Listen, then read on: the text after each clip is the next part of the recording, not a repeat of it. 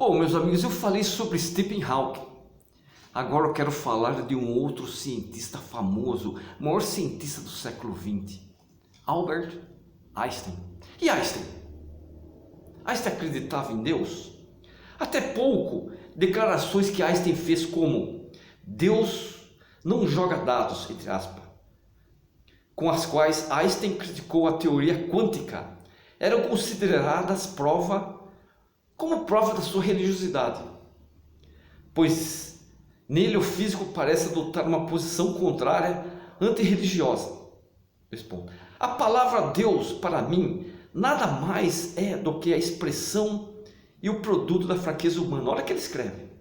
A Bíblia é uma coleção de lendas respeitáveis, porém bastante primitivas. Fecha aspas.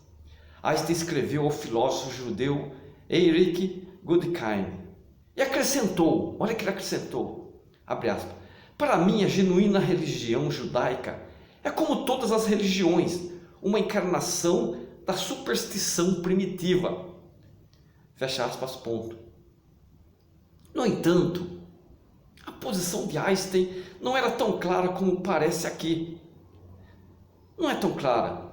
Em uma conversa com o filósofo e poeta indiano Rabindranath Tagore, no ano de 1930, Einstein disse acreditar na existência de uma verdade independente do homem.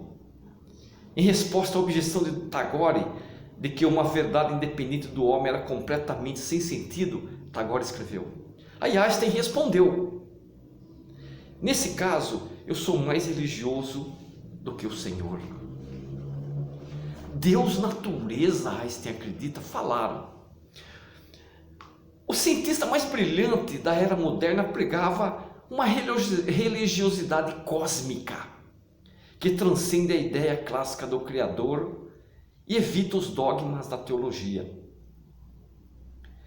Tanto já se escreveu sobre a suposta crença de Albert Einstein em Deus que pouca gente duvida dela. Como ele mesmo se dizia, abre aspas, profundamente religioso, fecha aspas, olha o que ele falava. Profundamente religioso. Há quem até se utilize da imagem de Einstein para desqualificar o ateísmo. Muitas pessoas usam isso. Afinal, se o maior cientista da era moderna acreditava, quem seríamos nós para não acreditar? Acontece que a história não é tão simples assim. Vamos entender. Para responder se Einstein acreditava em Deus, primeiro é preciso saber de qual Deus estamos falando. Esquece o senhor de barbas brancas, sentado num trono lá no céu, que castiga ou premia nossas ações ou responde a cada oração que enviamos aqui da terra. Esquece esse Deus. Esquece. Nesse todo-poderoso, o cientista definitivamente não depositava sua fé nesse tipo de Deus. Abre aspas. Não creio em um Deus pessoal, fecha aspas, escreveu Einstein em 1954.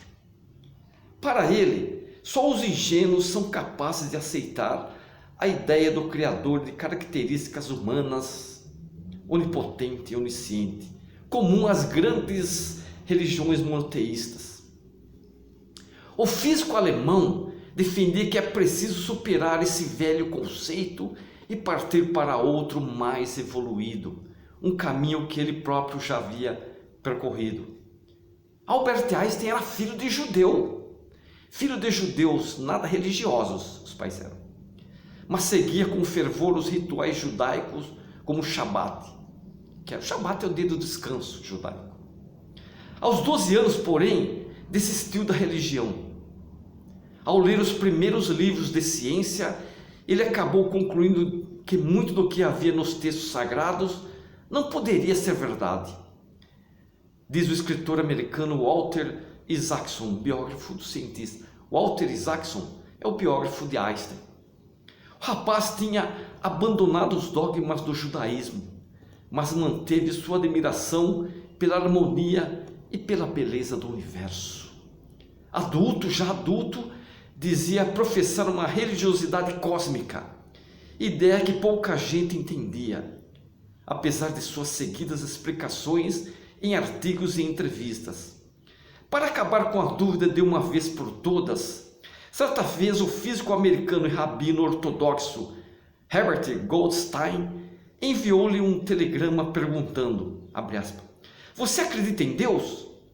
Resposta paga 50 palavras. Einstein só precisou da metade delas para responder.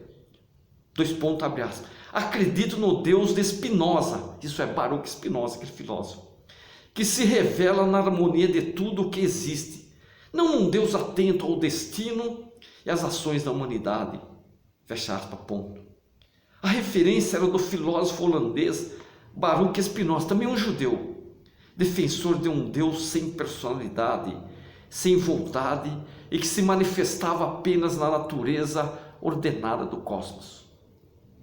Neste contexto, milagres deixam de fazer sentido, afirma o pesquisador Matthew Sterling, da Universidade de Notre Dame, ou de Nova York, nos Estados Unidos. Não há separação entre Deus e o mundo. Deus é a natureza em vez de ser seu criador. A tal religiosidade cósmica, para Albert Einstein, representaria o estágio mais maduro da religião. O primeiro teria sido do medo. Medo da fome, dos animais selvagens, medo da morte, que levou o homem primitivo a criar um Deus pessoal. No último desses estágios, porém, a crença no divino daria lugar a um sentimento religioso que não se baseia em dogmas ou igrejas, mas em leis imutáveis da natureza. Segundo Einstein, todo evento no mundo físico é causado por outro evento físico, e toda causa é descrita com precisão pelas leis científicas. Fecha aspas. Stanley explicou isso daí. Trocando em miúdos, na ordem que rege o cosmos, não haveria espaço para o Deus das grandes religiões. Não haveria. É o sentimento de compreender os mistérios do universo que move o cientista em suas pesquisas e os motiva após cada fracasso. Fecha aspas. Einstein costumava dizer, olha o que ele costumava dizer, abre aspas, os cientistas sérios são os únicos homens profundamente religiosos. Vocês sabiam disso? É um pouco sobre Einstein. Espero que vocês gostaram.